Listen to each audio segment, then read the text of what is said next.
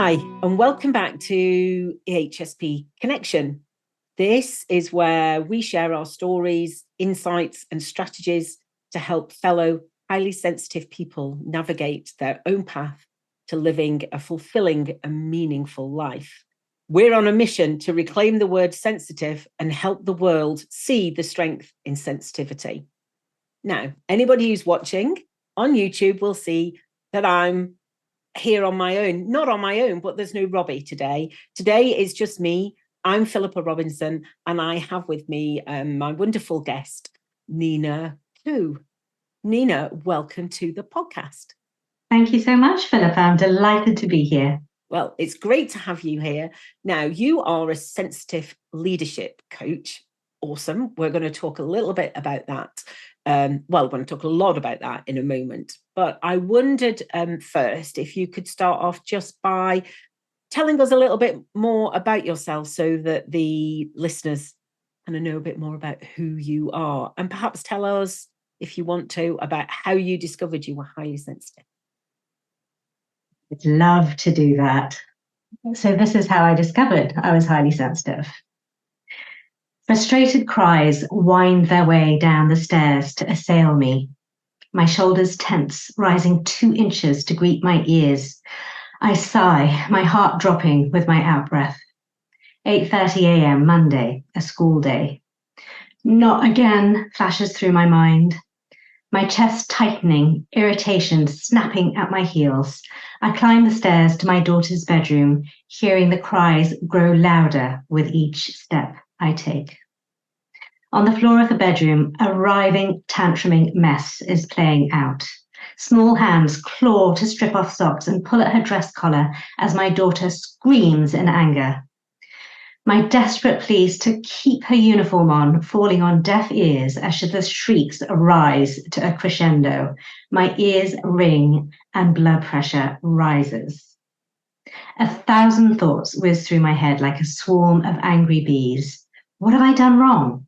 Why am I such a failure as a parent that I can't even get my child to school on time? Have I raised a monster? Is there something fundamentally wrong with my daughter? Can I turn this around in 5 minutes and still make it before the school bell rings? Is there anyone out there who can help me? All the while fighting a growing, scary urge to grab my daughter by the shoulders, give her a sharp slap to just stop the siren-like wailing or throw her out the window. Eventually, the tantrum subsides sufficiently, and with a superhuman effort on my part, the hot, sweaty mess is coerced off the floor and dressed, again, in her offending uniform. Later, after finally making school drop-off, I arrive on a friend's doorstep and instantly burst into my own tears of frustration. It's not even 9 a.m., and the exhaustion from riding the emotional roller coaster of my daughter's emotions already threatens to cripple me.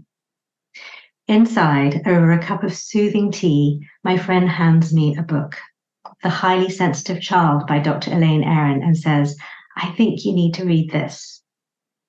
Only a few chapters in, I'm struck by 2 realizations. The first brings blessed relief. My daughter isn't a monster. She's just a highly sensitive child in overwhelm. The second, even more profound, I'm highly sensitive too. Learning this is like finding the missing jigsaw piece to my life. Everything starts to fall into place for me. Why I feel different, never fitting in anywhere, wearing my heart on my sleeve, noticing things that others seem to miss, my tendency to overthink and not just let things go. The light bulbs go off like flashes of a paparazzi's camera. I've finally been given the right user manual for me. Since discovering I'm a highly sensitive person, I've learned how to manage my overwhelm and pay attention to the environments I spend time in. I've come to fully embrace my sensitivity and appreciate it as a superpower. So, Philippa, that's how I discovered I'm highly sensitive. Wow. Yeah. Yeah, I can. So that is very different to my story. And I can, I can feel that as you were talking, the the frustration and the despair in equal measures of, my daughter has to go to school, and I wanted to go to school because that's what we do. But also you could see how much it was, I was going to say causing her pain, maybe that those are my words, but how hard it was for her to do that.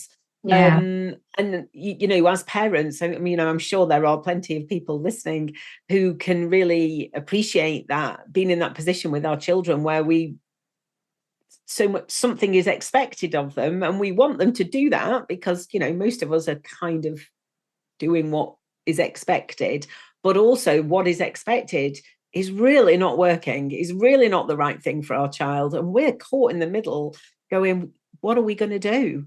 And that was palpable for me. I haven't had that experience with my children, but that was palpable for me. And in a way, what I ended up feeling was, what a gift for your daughter and for you.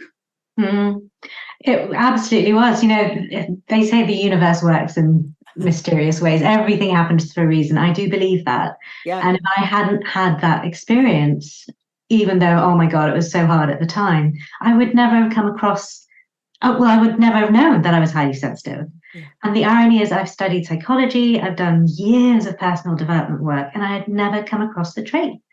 So yeah, I was on quite a mission once I knew to spread awareness, to raise awareness of it, because I'm sure there's loads of people out there possibly struggling the way I struggled with my daughter, and also, struggling personally, wondering, sensing, because of course we sense as highly sensitive people that we're different. We know we're different somehow, but we don't know why we're different.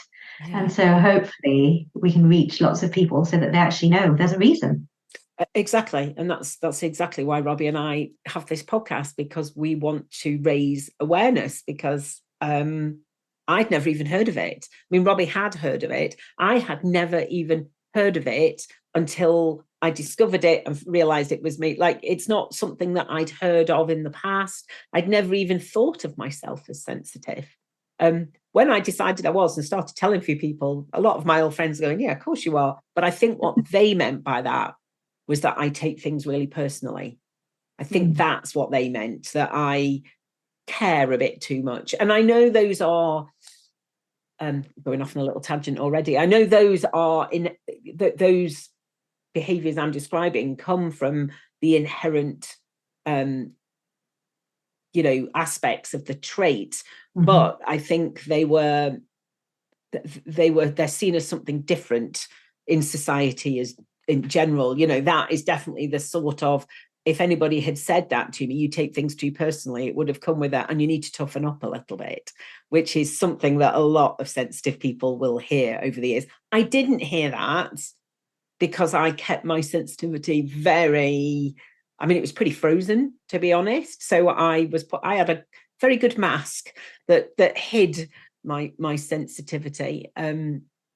Anyway, I digress massively, but back to you and, the universe giving you this massive clue. I'm really intrigued. So psychology, tell me, is psychology the study of how the brain works-ish? So that's part of it. This was a long time ago, but for me, it's a study of the mind and why people do the things they do. Okay. So definitely the brain was a module that I did. I did a modular degree and it was really great. So I did neuroscience, I did social psychology, I did, all sorts of different aspects of psychology. So it's basically the study of people and why. Okay. So I was wondering whether, if it was more the study of the brain, that's possibly why high sensitivity doesn't come into that. Elaine Aron didn't discover, or high sensitivity wasn't talked about until the 90s, and maybe psychology courses are taking time to catch up.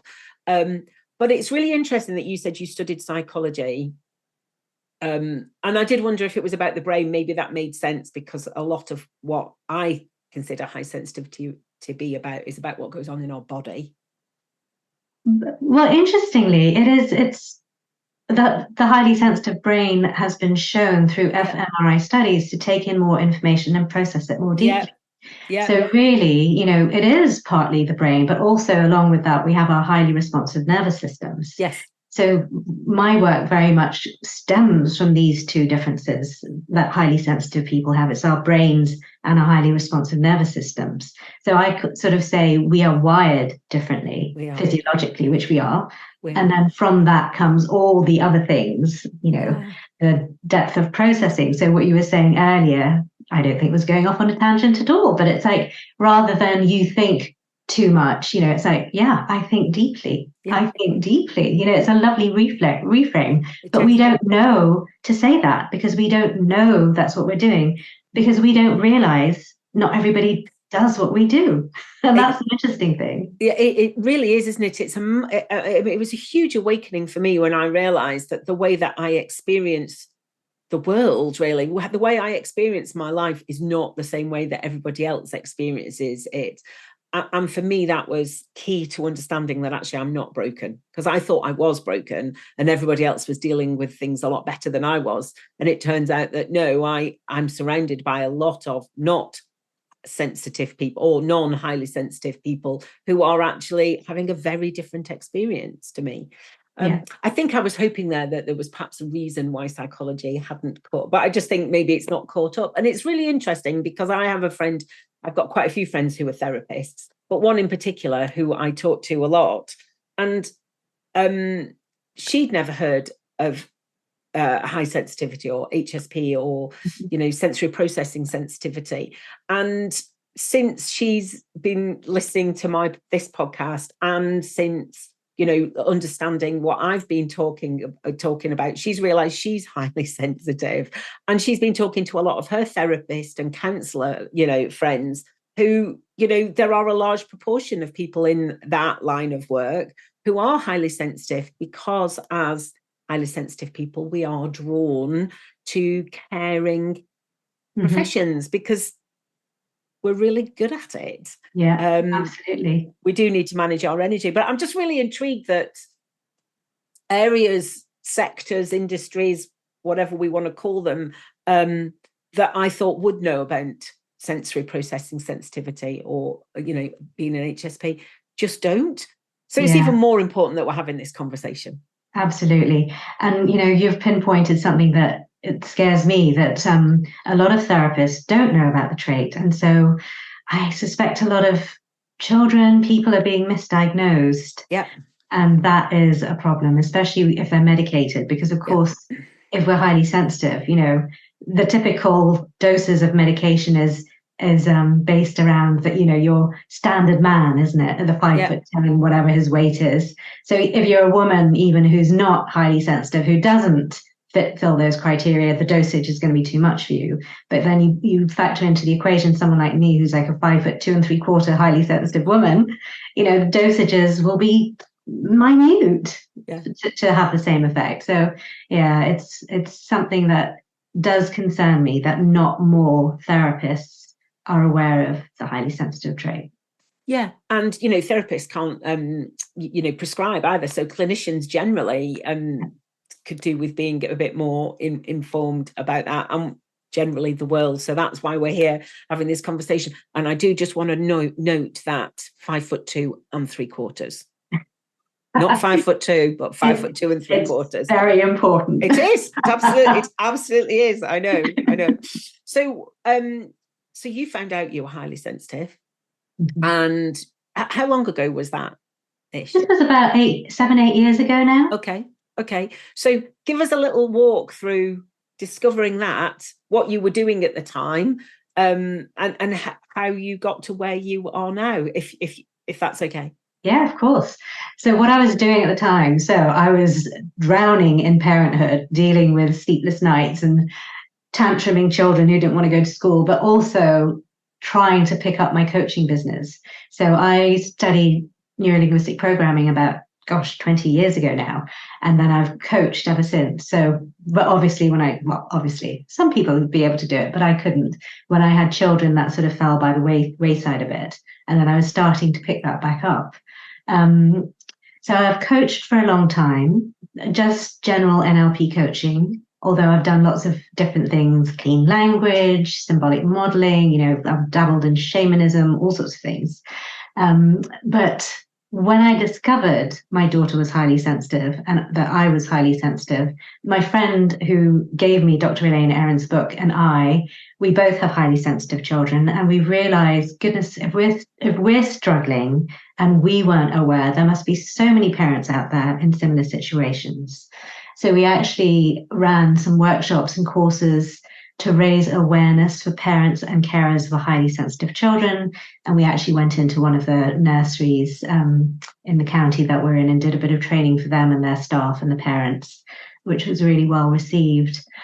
But then I realized that, I wanted to do more than just raise awareness and support parents and carers. I wanted to go back to my coaching roots and coach specifically highly sensitive women like me, because, I'm sure Philippa, being highly sensitive, when you learn about something, you go and do all the research, you do all the courses, you go really deeply into the topic, which is exactly what I did. And then I would apply things to me, and I, studied a little bit of energy medicine and sort of energetic practices and applied them to myself, and really went through this whole process of, okay, so I know now I'm highly sensitive.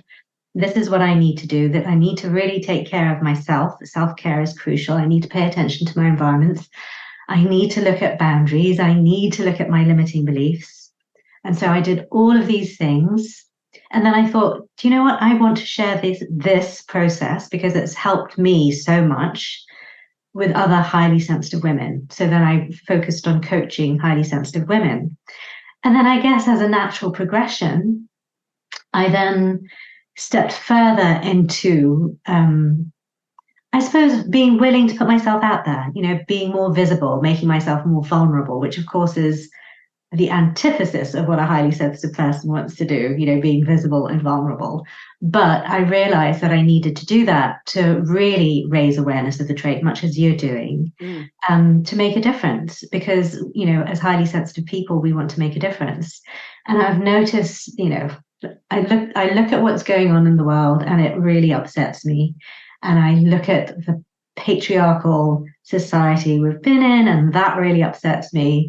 And I had a bit of a revelation a few months ago, thinking, how did I get to this point in my life? I'm in my 50s now, and I was never a feminist. How was I never a feminist? And so, yeah, that's all been a bit of a journey and a revelation.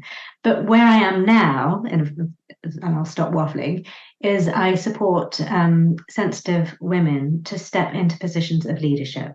Or if they're already in positions of leadership, I support them to lead in a sustainable way. Because, as we know, being highly sensitive has its challenges. We are easily prone to overwhelm. The way we're wired means we are perfectionists. We can overwork, we can people please. And so we have to be reminded constantly, is that right for you? Do you need to set a boundary here? Are you heading towards burnout? Can you lead and show up in a more sustainable way? So that's where I am now. Hi, if you're enjoying listening to this podcast, have you thought about joining our HSP Connection community for more connection with other HSPs? Because really, us HSPs thrive in the community of others. Absolutely. And Philip and I have created this space on an online platform where we can connect with each other deeply. We're going to have these awesome conversations, and we would love to get to know you over there in that space. We would. So if you're interested and want to join straight away, there's a link in the show notes. And if you'd like to have a chat with either of us beforehand, please reach out. Now, back to the episode. I love that continuation of sort of what you've learned. And then I think we all go through that. You're very much reminding me of my the path that I've been on in the last 2.5, getting on for 3 years since I discovered I was highly sensitive. And yes, I've come to it later. I was well in my 50s by the time I realized I was highly sensitive. And I came to it on the back of 3 years of therapy. So I was like wide open, like, yeah, okay, what else? What else can I learn? And then it's like, oh, okay. So taking taking off the weight of the trauma, really, allowed me to embrace my sensitivity. Well, to actually realize it was there, it became safe, I think, for that sensitive part of me to show itself. And then we do go on this, like you described, learning everything about it, reading, listening to podcasts, finding out much more about ourselves and how it affects our life and how to embrace it. You see, I didn't have too much. I was like, yeah, okay, bring it on, because a lot of as a result of my therapy, I'd learned a lot of nervous system regulation tools to help me.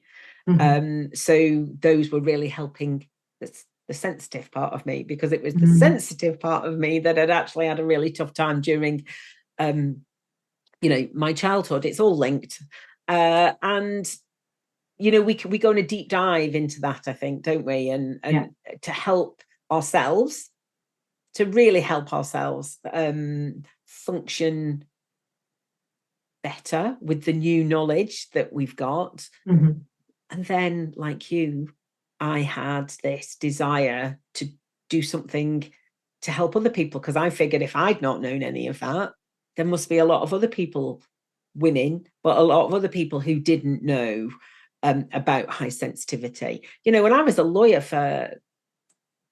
practicing for 19 years, and then, still working in law firms for another 8 years on top of that, high stress environments, and, struggling a lot of the time. The trouble is I was quite good at it as well. So on a good day, I was good at it, but I struggled energetically and with all the processing. So, then I was like, okay, there must be a lot of women, and I'm coming back to what you said, there must be a lot of women who are highly sensitive in any role, but particularly in roles that requires a lot of them, who are feeling, well, I'm struggling with this, so I can't possibly be a leader. Absolutely. I think you've hit the nail on the head there.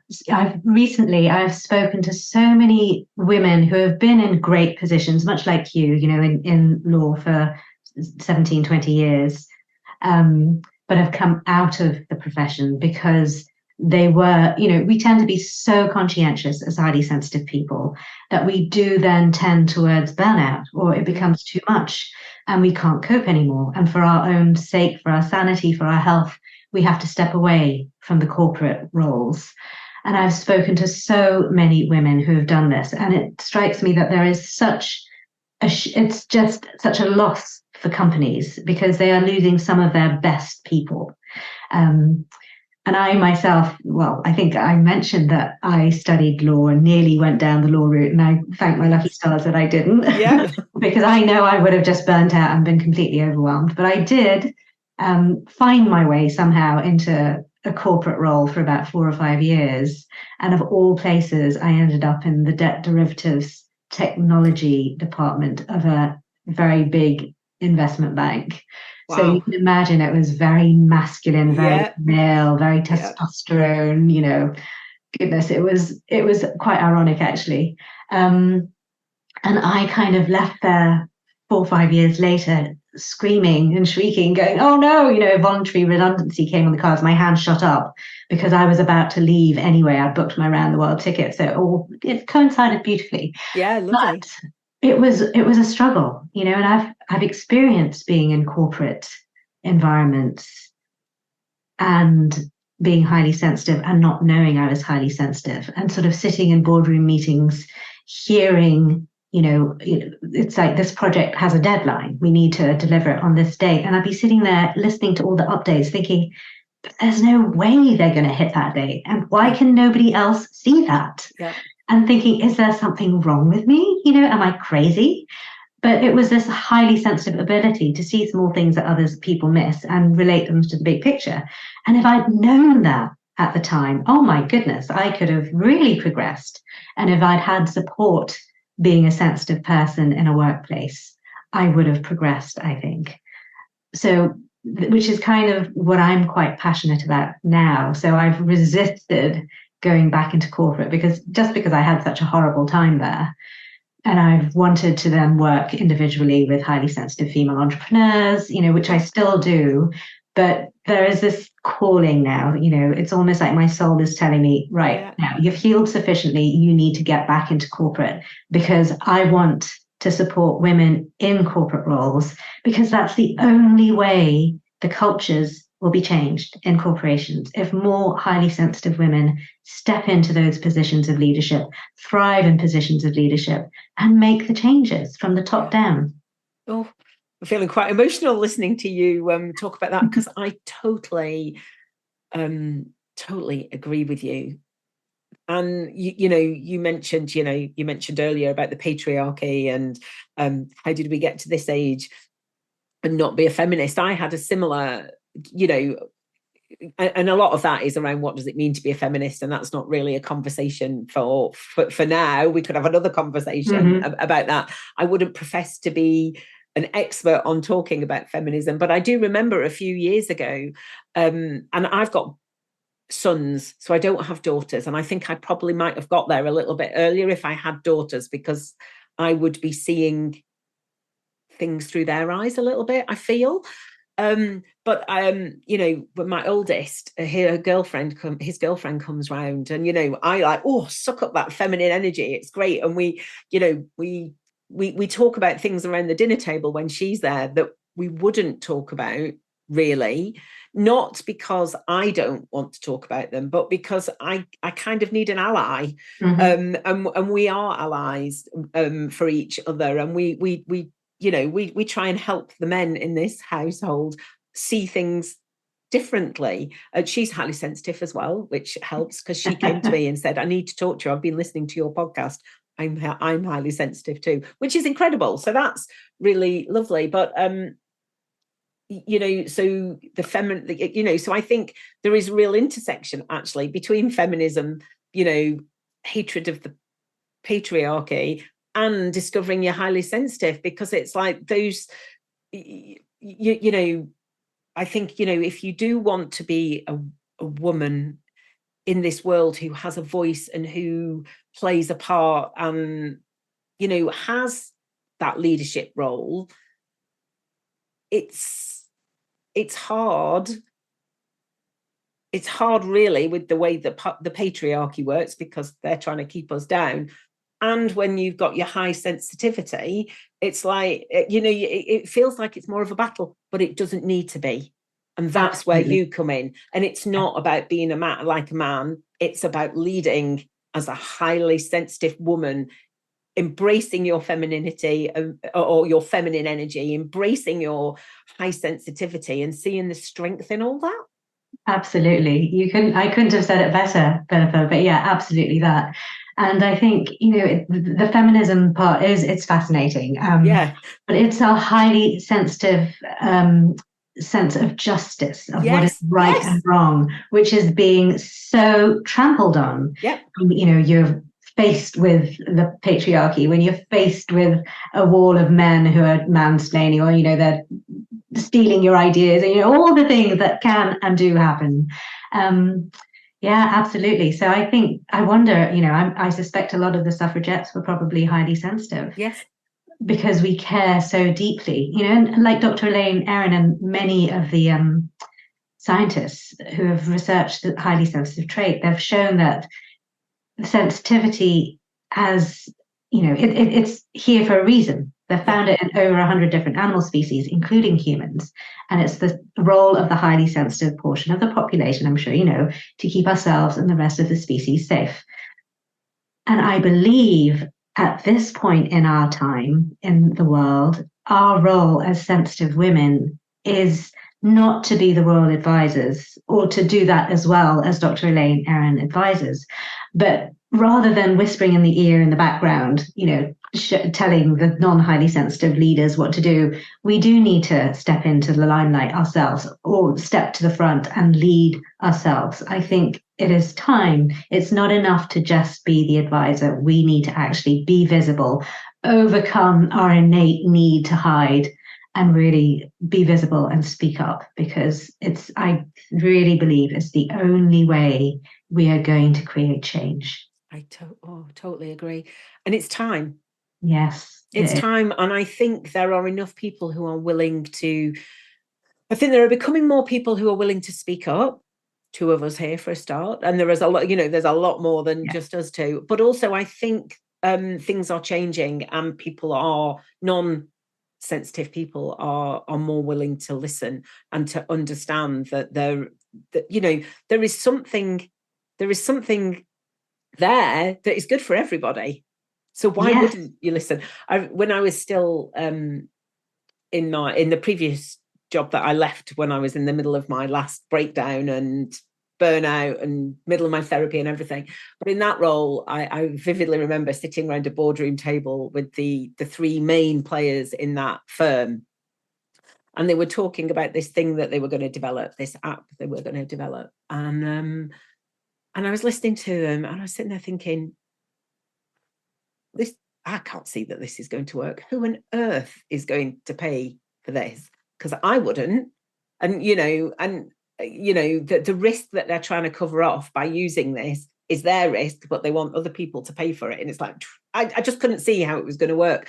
And I voiced that, and oh my goodness me, the tumbleweed rolling across the boardroom. I was like, okay, fine. So that didn't go down very well. And in fact, nobody really spoke to me properly for a couple of days after that for daring to. And I just thought, and that was definitely the start of me owning much more about me. And I wasn't going to sit in that meeting and not say anything and just nod and go, yeah, what a great idea, or even just say nothing. And I was quite proud of myself that I spoke up. And indeed, that thing never came to fruition. And I'm not saying that was because my view was right, but I definitely had a point. Let's put it that way. And you probably were right. Well, okay, I think I probably was, but it's just really interesting when I look back now at how I could see my sensitive strengths at play. But I didn't really know what was happening then. But now I can look back and go, that was me seeing the bigger picture, seeing what where they were coming from, what problem they were trying to solve, how they were trying to solve it, and who it was going to affect. And I couldn't see that they'd that it was all fitting together. It just didn't fit. And that's one of the ways that the trait plays out for me. I can see the big picture and all the interconnecting things, and I can see what's not quite right. And the trait plays out for all of us in a different way. And we're not cookie cutters. We're not all the same. Yes, we're all highly sensitive, but we're not all the same. And I love that you have come to a place where you want to support highly sensitive women either lead sensitively if they're already in a leadership role, or progress into a leadership role in full ownership of their sensitivity. That's incredible. That's what we need. Well, I firmly believe it is. And, you're absolutely right. Sensitive people are not cookie cutters. We are all different, but we do have certain traits and abilities in common. So this ability to see small things that others miss and relate them to the big picture, that is a common trait. And, when I was thinking about what you were saying about people not talking to you after you voice your opinion, it's like, instead of doing that, if they had asked you, well, how do you think we could make it work, and used your ability, then the project probably would have taken off. So it's first of all, for me, it's highly sensitive people, first of all, knowing they're highly sensitive, understanding they're wired differently, understanding what that means, what their challenges, but their amazing strengths are. And then to get other people to recognize what their strengths are so that they can use their strengths. Because for me, it is such an untapped gift that, highly sensitive people have, and our abilities. So companies really should be leveraging this. Yeah. And that comes back to something you said right at the beginning, that one of the things that you worked through when you discovered you were highly sensitive was your limiting beliefs. And those limiting beliefs are very strong in us as highly sensitive people, because we've grown up largely in a world that didn't embrace high sensitivity. Absolutely. So we do feel that we have limits to what we are capable of. So really, would you say that the main work to do around those limiting beliefs is actually understanding the trait and how it shows up for us and the strengths that it brings us? Yes, there are challenges. I mean, non-highly sensitive people have challenges. We all have challenges, but once we've worked out how our energy shows up, how to manage that best, how to look after ourselves, how to get ourselves in the best possible place that we can be, our nervous system and all those things. But how can we show up in full ownership of our strengths? So I think, what you said is absolutely right. We have to embrace our sensitivity, and we do that by understanding. Yeah. We need to understand that our brains are wired differently. We need to understand that we have this highly responsive nervous system, and that our physiology is different as highly sensitive people. Yeah. And to understand that, what that means. So it means that we take in more information than others, that we process it more deeply, which leads to the overstimulation and overwhelm if we are not managing that. So, the first step is awareness. It's awareness and understanding. And once we have that, and then we have some tools in place to go, okay, so I am in overwhelm. I'm doing too much. Being able to take that step out of it rather than being, taken down by the overwhelm, to be able to step back and go, okay, what is it that I need to do to get my nervous system back into a normal state, not fight or flight? So it's awareness, it's understanding, having some good tools, being able to take that step back. And you mentioned limiting beliefs. Of course we'll have limiting beliefs if we haven't known we're highly sensitive. We've probably been told all our lives, stop being so oversensitive, which is my pet peeve. I wish the amount of times I'd heard that when I was little. I knew to say, I'm designed that way. Oh, wow. Well done, you. I would have loved to be able to do that. And, it's something that I need to teach my daughters. Oh, so you didn't know to say that? No, I didn't. Oh, sorry. I thought I wish I had. Oh, yeah. I wish I had. It's like, I'm wired this way. Or, stop overthinking. It's like, I'm not overthinking. I'm processing deeply. I'm thinking. Yes. You're welcome. Like Robbie says, deeply. Robbie always says, you're welcome that I'm sensitive. You need me to be sensitive. Yes, I love that. Absolutely. Yeah. And so it is shifting the perspective in the West that sensitivity is a weakness. It's not a weakness. It's our greatest strength if we know how to manage it. Yeah. And, I'm always at great pains to point out that, my message is not that highly sensitive people are better than non-highly sensitive people. We're just all different. But I tell you what, we're no worse, because I think there has been this idea that highly sensitive people are weak in some way and can't quite perform like non-highly sensitive people. Maybe we can't.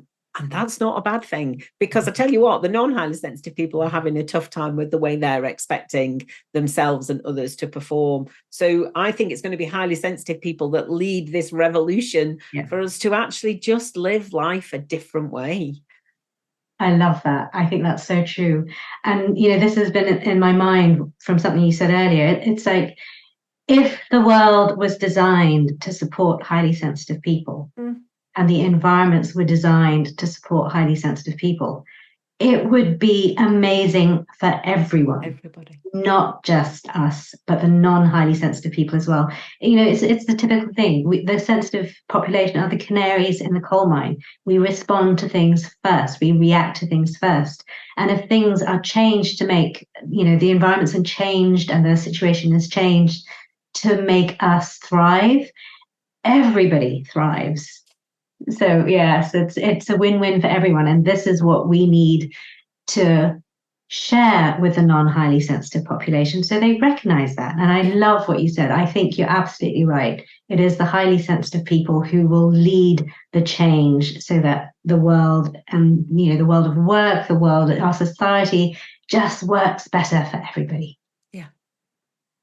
Well, We've got to have big ideas sometimes, don't we? Aim high, yes. Yeah, exactly. Now, there's one more thing I want to ask you about that I'm just really intrigued. So it's a bit selfish of me, really, to be asking you this question. So, but before we get there, is there anything that I've not asked you about that you would like to mention? Oh, actually, there's two things I want to ask you. But is there anything else? Probably, but do you know what? I'm sure it'll all come out in the wash. Yeah. So, the one question I really want to ask you, I'll ask you second, but I wondered what your favorite, so you've talked about tools, and I just wondered what your favorite tool is when you recognize, how do you recognize the overwhelm is coming, and what's your favorite tool? Wow. Yeah, so I have two favorite tools. Am I allowed to have two? Yeah, of course you are. I've learned many things over the years which have helped, but what I've come to recently are Nia dance. So it's NIA, which Yes. I use personally myself, and I use actually now in my programs and with my clients because it's so amazing. So I found Nia through Googling the best form of exercise for highly sensitive people, because Wow. I'm the type of person, I'm the one who used to have the gym membership and would go once, and then it would be like £600 for that one trip. So don't know what you mean. Fed up of doing that. Let's find something I actually do. So I love dancing. I found this thing called Nia. Somebody was teaching it down the road, which is wonderful. And so that's the only form of exercise that I do consistently that I love, because it works on the mind, body, spirit, emotion levels. Yeah. And it's a combination of, three different movement arts: the martial arts, the dance arts, and the healing arts. So there's elements of Tai Chi, there's elements of Alexander technique, there's Aikido, there's all sorts of amazing things in there. And the first time I stepped into a Nia class, I realized I could do a whole coaching practice doing a Nia class. So anyway, I incorporate Nia and movement and many of the Nia exercises into my work. So that's your maintenance tool then? Yes. So Nia is what I have found to help keep my body. Yeah. It's the vessel that contains my soul, and I need to keep my body strong. But what I do love, as I mentioned for Nia, it's not just physical, it's mind, body, spirit, emotion. Yeah. So that is just phenomenal. So Nia has transformed my life, really. And so I'm going to look Nia. I'm going to look Nia up now. It's amazing. NIA. NIA, yes. Right. Lovely. It was created by Debbie Rosas, who is still very much present, and her partner at the time, Carlos. Yeah, Debbie and Carlos. And he sort of dropped away, but Debbie Rosas is now still there. She's a phenomenal woman. And the other tool that I really love is something that I think really helps highly sensitive people, because we have impeccable intuition. And it's just learning how to get through the mind stuff, drop down to really listen to that intuition. So I use something called wild voice work. And so I learned this from one of my mentors, the lovely Kate Wolf, who created the wild voice process. And it's all about tuning into it's your soul's voice. It's the voice that has never been tamed or conditioned. And you write from your wild voice. And you sort of then you're invited to speak your wild voice in the circle, which is why it's so amazing for highly sensitive people to speak from our core. And then you hear how it's landed for other people. So other people will reflect back parts of your wild voice that have really resonated for them. So it's such a beautiful, validating process that I can speak my truths, and I can hear how it's landed and moves other people. So Nia and wild voice work, two of my favorite tools. Wow, that's amazing. Thank you very much. And the last question I wanted to ask you, I just wanted to go back to something that you said earlier, which was about shamanism. So I'm really so you did mention spirit and things there, didn't you? Mind, body, and spirit. And obviously, I think most of us who discover we're highly sensitive, somewhere along the line, end up on a spiritual journey. And I just wondered, what did you learn about shamanism? And because obviously I'm interested, so I would love to know what that was about. So interestingly, and I was thinking about this recently. I think part of the reason I was in this corporate role was because I was sitting at one point. They tried to create me into a techie because I was not techie at all, but I was in the technology department. So they thought, let's teach her a bit of technology. So they gave me this role and tried to train me as a systems analyst. Oh my God, that was the worst 9 months of my life.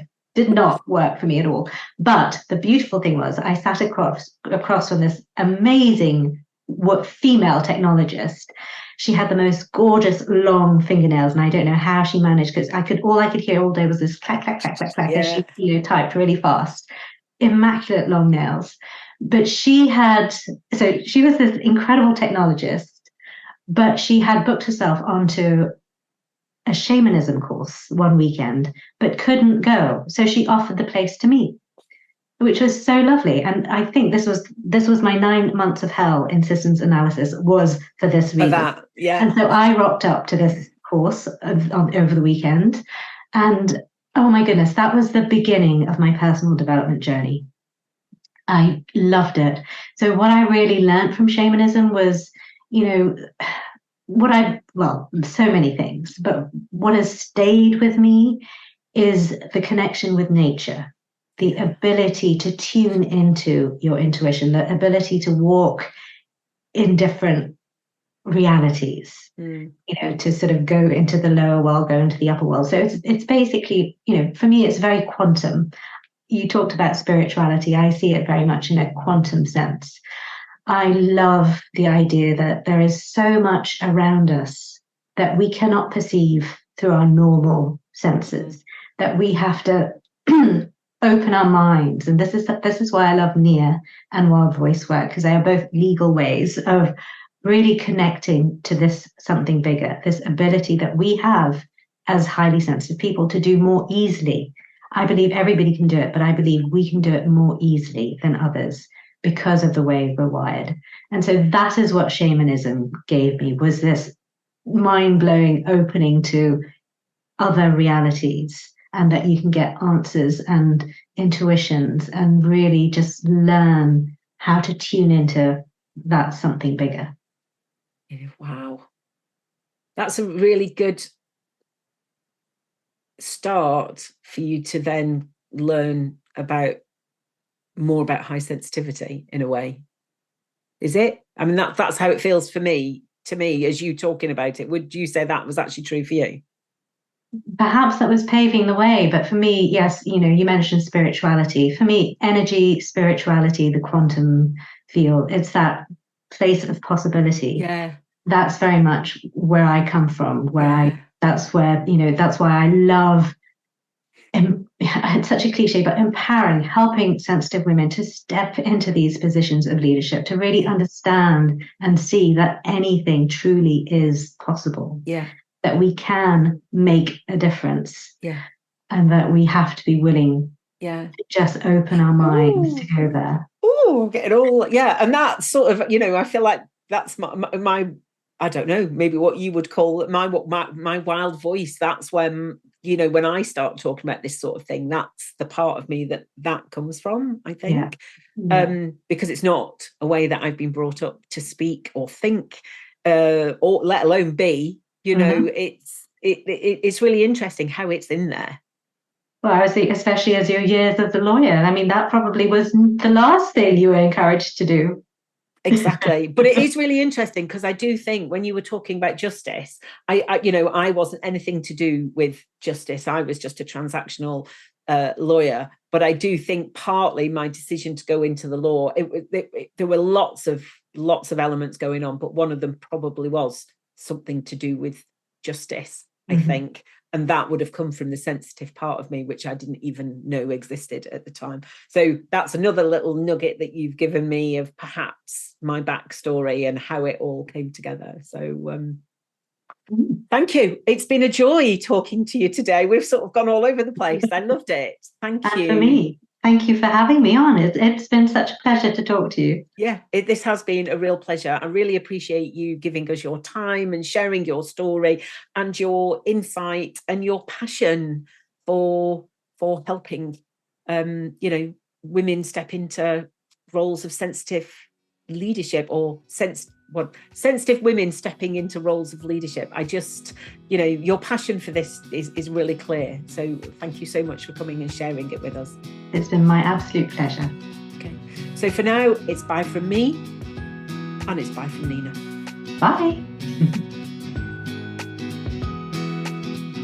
Thanks for listening to HSP Connection. If you've enjoyed listening, we'd love you to hit the follow or subscribe button, as this helps other people find us. And it also means you won't miss an episode. Also, we'd really appreciate it if you could rate the podcast and share it with anyone you think might be interested. If you listen on Apple Podcasts, you can also leave us a review. To get in touch with us, you can email us at hspconnectionpodcast@gmail.com. We'd love to hear from you with your thoughts and comments on the episodes, as well as suggestions for future topics and guests. We are both HSP coaches and speakers. And to find out more about Robbie, go to robbielee, leigh.com. And to find out more about Philippa, go to boldhsp.com. See you next time.